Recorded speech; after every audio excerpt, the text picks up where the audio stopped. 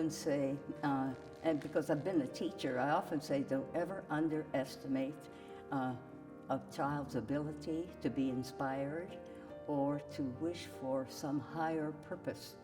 And so when I was a child at home, my mother, because we were a large family, my mother sang prayers very softly while she was baking bread or doing chores. And I often thought, wouldn't that be beautiful to sing your prayers? And I love harmony, I love music. And so I kept thinking, I would like a peaceful life. I would like all kinds of imaginary things, but never flying or being daring or such. I always would prefer a kind of peaceful, quiet life.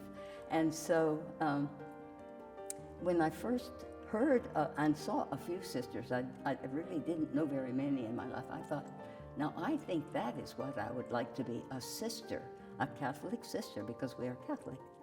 And so I didn't have the opportunity to meet many of them, but when one did come from this community, came to Pennsylvania to visit her brother, I made an appointment to see her.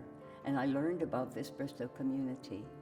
And so I inquired, and I found that there was a time when girls could be accepted as candidates at age 14, but then that was raised to 15. So when I was 14, I checked, and sure enough, one had to be 15. So when I was, during that 14, 15 time, I wrote to one of the sisters here, and then she told me that I could apply when I was 15. And when I spoke to my mother about that, earlier I spoke to my mother about being a nun, and she thought that was a very beautiful thing. However, at age 15, that was unheard of. She simply said to me, "Don't be silly, you're such a child, you can't do that."